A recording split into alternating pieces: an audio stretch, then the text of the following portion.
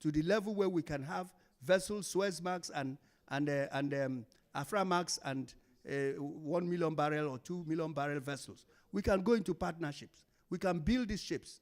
And also, I also found out there is a fund, because when we got the contract with NMPC, I had to go to central bank to say which currency they're going to pay us. That is still being negotiated. But however, there is a fund that many people don't know in a central bank. It's a fund for Nigerian oil and gas. And it, of course, ships are involved there. It is a $30 billion obligor, a 30 billion naira single obligor, 10 years repayment, 2 years moratorium, and 9% interest. We don't know about, I had to go and find it out. We've also been able to find out that, again, to get the ships, paying duty is a problem. Why is the Nigerian maritime industry paying duty when we are the ones that are making the economy of the world grow? Then textile or drugs, medicines, pharmaceuticals, agriculture, all and aircrafts, their duty is free. And we who are doing the job, the duty is not. So we went to the tariff committee of Ministry of Finance, and our members, ship owners, went and had a meeting with them, and it has been announced that duties have been waived. But the problem is that it's taking long for it to be gazetted. So all these are things that are going to transform the industry, because you're talking about the maritime domain 2022 and beyond. I want to tell you that we are in a business that will change the world. This is the biggest business in the world. There are turbulences and turns here and there, but we have to be steadfast. There's no need blaming ourselves. Finally, the older seafarers should mentor the younger ones.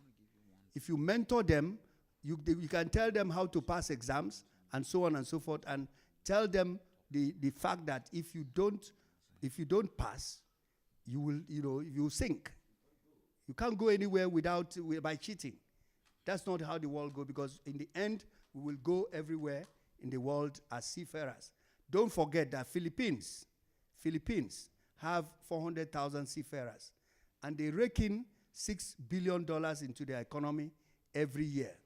So you can imagine if Nigeria had up to 100,000 seafarers, we will bring in $1.5 billion by simple arithmetic into the Nigerian economy. And seafaring is the only human capital export that does not have any round tripping. In other words, if a doctor goes to America and settles there and is working, he will be able to put himself in a house and do everything. But if a seafarer opens a domiciliary account in Lagos, he will not, all his money will come back to Lagos, to his family. He will not open an account in Singapore or Mesopotamia. So on that note, I want to say that I commend these organizers of this business, and together we shall prosper. Thank you very much. Thank you so much for that wealth of experience. We really appreciate the gingering up of the audience before you finally buttressed your point. That was very, very good. Thank you so much. We're going to speed up here, and I would like Clement to address a couple of these issues.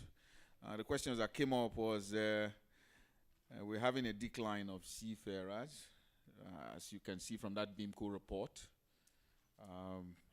Decline. And then the taxation of seafarers as well. You might want to talk about salaries and that, And then we're looking at you also talking about the diet of females in the industry, and I would like the president of AMANO also to tell us one or two things why the females seem to be shy of the profession. Let me put it this way. Is it shy? No, they're not shy. No? Okay. All right. Why they are so brave about the profession and they want to come in. I think that might be a very good way to put it. Then foreigners on cabotage vessels. Why recruit foreigners? Why do you guys recruit foreigners? Yeah? All right. And you might also want to address the issue of complex. Why why favoring foreigners on board ships? There seems to be some form of superiority complex about discrimination, but it amounts to superiority and inferiority complex on board ship, which we have to look at. And then finally, somebody from the crowd talked about the poor welfare of seafarers and why you constantly look for these experienced seafarers. I mean, nobody gets experience inside his mother's stomach or something. Somebody has to give you experience for you to go out there. So what are you after? Is it for insurance purposes of your ships or some conditions? Because this is driving people to kind of forge experience, which is counterproductive. So please, the floor is yours. Thank you so much, Captain, Mr. Chairman. Thank you. And esteemed member of the panel. Thank you. Firstly, I'd like to say a big congratulations and also commend the AMANO, the alumni for organizing this program. You know, it's something that the industry really needs. We need people that will be able to provide the right mentorship, like Dr. just said. You know, people ahead that can provide the right mentorship and also hold, you know, the agency and players in the industry, shape policies and all of that. So I think it's a step in the right direction. And for those of us my name is Clement Ebi, and I represent the Marine Agent Association of Marine and Crewing Agents of Nigeria. And we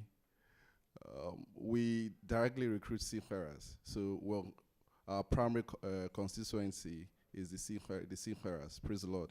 Sorry. Thank you. So just going to address the question, I'll start from the issue of seafarers' welfare. You know, the MLC, with the MLC, it came to address some of these teething issues. And unfortunately, yes, we rectified and all of that. Recently, we also had the issue of CBA, okay? Most flag states, you see that they have minimum pay with regards to seafaring. But as per Nigeria, we do not have. You know, even when the last CBA, that was recently, we had stakeholders meeting with that regarding the CBA. The offshore, there was nothing pegged on it. You know, so people without that guidance of minimum standard, you see that players in the industry will do what they want. Okay, and also the issue of implementation of these policies, these regulations. You find seafarer A is paid a particular amount, even though he's holding the same certificate with seafarer B on the same kind of fleet. You know, but because the vessel owners are different. Of course, from the Ship Owners Association, they will also have their own argument regarding how they got the contract, the value of the contract. Maybe it's different from what the other company got. But if we have basic standard with regards to payment, I think it will go a long way to addressing the issue of salary, basically. Then the issue of welfare, there are basic standards. You know, every seafarer is supposed to have pension. MLC states certain social security benefits that should go to seafarers. You know, there are minimum.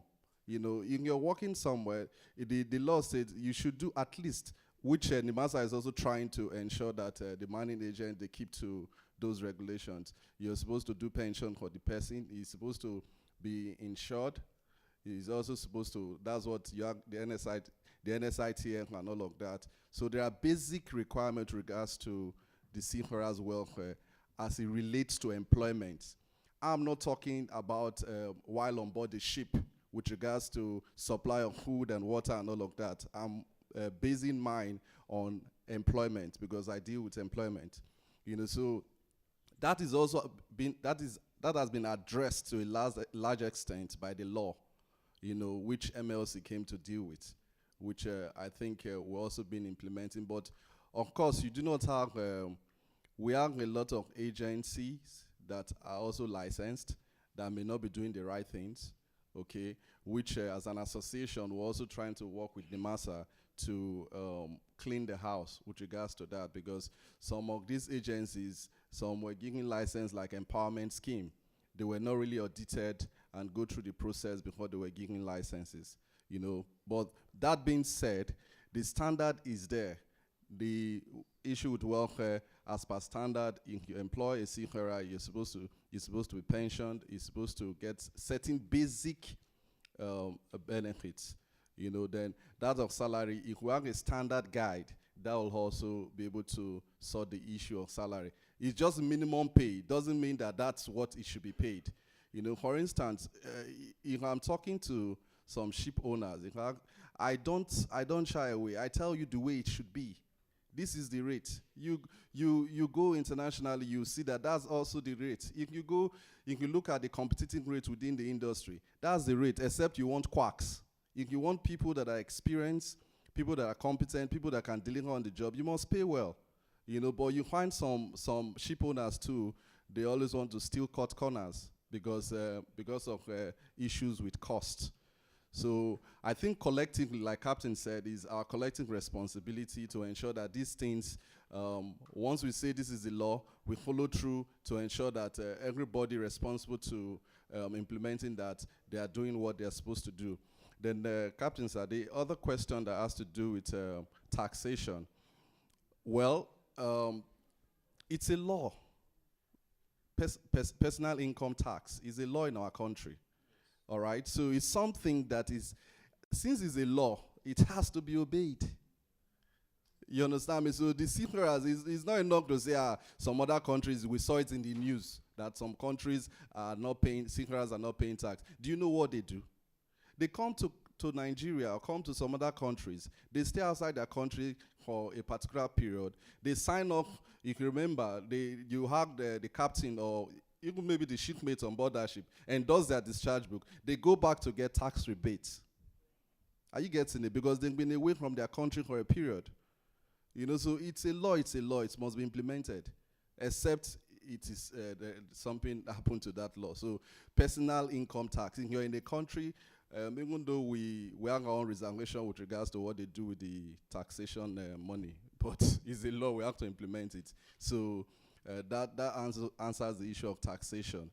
Then thirdly, yeah, well, I think in that regard, regards to the female participation in the industry, I think we could be deliberate about it, all right, especially coming from the agency perspective, from the agency perspective. We could be deliberate about it because you find some owners, when you send them female documents, you know, they tend not to respond the way it should.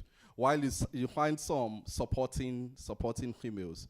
So we could be deliberate about maybe a policy to encourage them to come into the industry, but I'm sure working with the agency, that can be sorted out. For us as an agent, all we're after is if the person is qualified, is competent, and is able to do the job. We have our principal requesting for crew. We send them their documents, and if they're okay, you know, then those will go ahead. That's our own, you know. So with regards to female participation, I think if we collectively engage with the administrator, the MASA, and you know, we could deliberately work on how to encourage female participation. That's my take on the female participation. I think two more. Yes, the issue of unequal treatment between foreigners and Nigerians on board. Truthfully, I think on that issue, that's why all were saying here about being professional and knowing your onion. I was born into the industry, and by the grace of God, I've had people, Nigerians, who are maybe my uncles, dad, and all of that, run vessels and even confront some of these foreign guys. Because if you know your onion, if you know your worth, you know, you will not cower. You will say what it is. You understand me? But you find us with an attitude when you see a white skin, a colored skin, you begin to cheat. You understand me? Because if you know your onion, you know, my dad had gone to Oman to train white people to develop their own maritime sector. You get so I've seen people, and in the course of my engagement with clients, I've seen people, when it's a white man, they don't want to engage with them and tell them the truth. You just want to behave like, you know, it's the same thing. It has to do with attitude. You know, if you're a professional, you know what you're doing, nobody will push you around. If you know you're right, nobody will push you around. Yes, do we have such treatment? Yes, they are there. All right, but if you know your worth, you'll be able to stand your ground. And you ask the agents, if you know you're right, you ask the agents, you know exactly what to do. You know, and all of those, but from the recruitment perspective as an agent, we do not tolerate that. That's why a client will call and say, I don't want so and so person. We want to know why. You understand me? We want to know why you say you don't want so and so. Is it that he's not performing on the job? Are there issues with performance, or is because he was able to stand up to a foreigner in the vessel, and you say the foreigner now write that I don't want this AB or this bosun or this second mate. I don't want him. So you're now writing. So we ask for proof. Why are you saying this guy shouldn't come back? You know, when they send their appraisal, they say, what's it? So, because if you don't engage, it may just be that it's because they don't like his face. You know, so if you know your worth, that's why all we've been saying in this room, go through the process, don't cut corners, you know, do what you're supposed to do, understand what you're supposed to do, and, you know, not know what you're doing. If you know the work, they'll respect you. Don't push you around. Well, for some people, since they don't know you, they may behave in a certain way to you. But then when they know that this guy is good, they'll always bring you to their side. Because on the vessel, you're important to the successful operation of that ship. So they'll bring you to their side. You know, so I think it has to do with, we need to begin to, from the institutions, we need to also begin to mold the mindset of our seafarers, letting them know how unique and how special they are, you know, and as they go on board, you know, they should understand some of these ethics. You know you're right, you know, and you're able to know exactly what to do without being confrontational. You know exactly what to do at every point in time, you know. So I think with this constant education and all of that, we'll be able to get quite a lot of people. Then those cases of clear racist, you know exactly what to do. It can be handled clearly according to the law. You know, so thank you very much. That last conclusion he made was very, very vital, and I think we have to take that on board as mariners. I think we have to come to a point whereby we have to start thinking of training mariners equally. Why am I saying this? There was a particular point in time an investigation was carried out on why there were aircraft crashes, and it came as a result of complex issues. One pilot feeling inferior to the other, and the whole training pattern changed. So as we speak today, the two pilots, nobody is called a captain. You're called PIC, pilot in command. So whoever is flying this leg is in command. If I'm the one flying this leg, you take the instructions from me, and you do the radios, and I control the instrument. And if we're coming back, the reverse is the case. So we treat each other equally. And the first thing I normally do before I climb inside a jet cockpit is to look at the pilot. There was one time I was flying with an American that wanted to give me issues. And I asked him, do you have problems with your girlfriend? I can loan you mine. I don't really like your face. We have 300 people behind us. We can't continue like this. Put your problems on the job, and they will respect you, no doubt about it. I would also like the president to add to this female issue because he's a very big fan of female employment. I know that. So let him come and let him give us a brief on how he has addressed the issue. Thank you. Thank you very much. I hope you will clarify that statement making me an employer of female.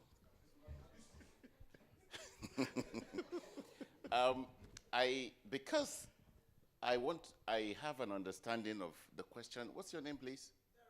Doris asked. And if I am correct about the question, then I will go ahead. Your question is asking why there are no females on the panel. Am I correct? Okay, then you're right. I think I'm responsible for explaining that because this is an AMANO event. I really wish this sensitive question didn't come up today. But it's a valid question, and I will try to give a little explanation to it, and I hope you will be satisfied. You know, we have been talking about competence, competence, competence. We have a lot of female in AMANO, within AMANO, that can occupy the entire space there without inviting anyone. While we were doing that, trying to see who will come on the panel, who will organize this event and everything, gender was, the first consideration was competence, willingness, then availability. So we reach out to those that are competent, willing, and available without selecting gender. But I can assure you that when we did that, there were a lot of female. But this is what we ended up with on the basis of the last two, willingness and availability. And when we started the organization, when we started the program, there is a committee. I won't say there was because the committee is still working. The chairman is somewhere there, and I can assure you when we started, he's there. When we started, I was out of the country, we fought because the ship was not taking ship. It was going like this, as Honorable Gudaje will say, like this, like this. And I had to inject a lady, one lady, into the committee that was not available, but because I have the power to change her schedule, I did the change, and I put her, and I can tell you 90% of what you're seeing here today was driven by that lady, Frances. And if all the speakers there will agree to tell the truth, they must have spoken with her. She put all this together when we, all the men that have some level of competence, availability, and willingness, were all missing. To tell you, she arrived, I slept here, but she arrived into this hall before me. So short, in AMANO, we don't discriminate.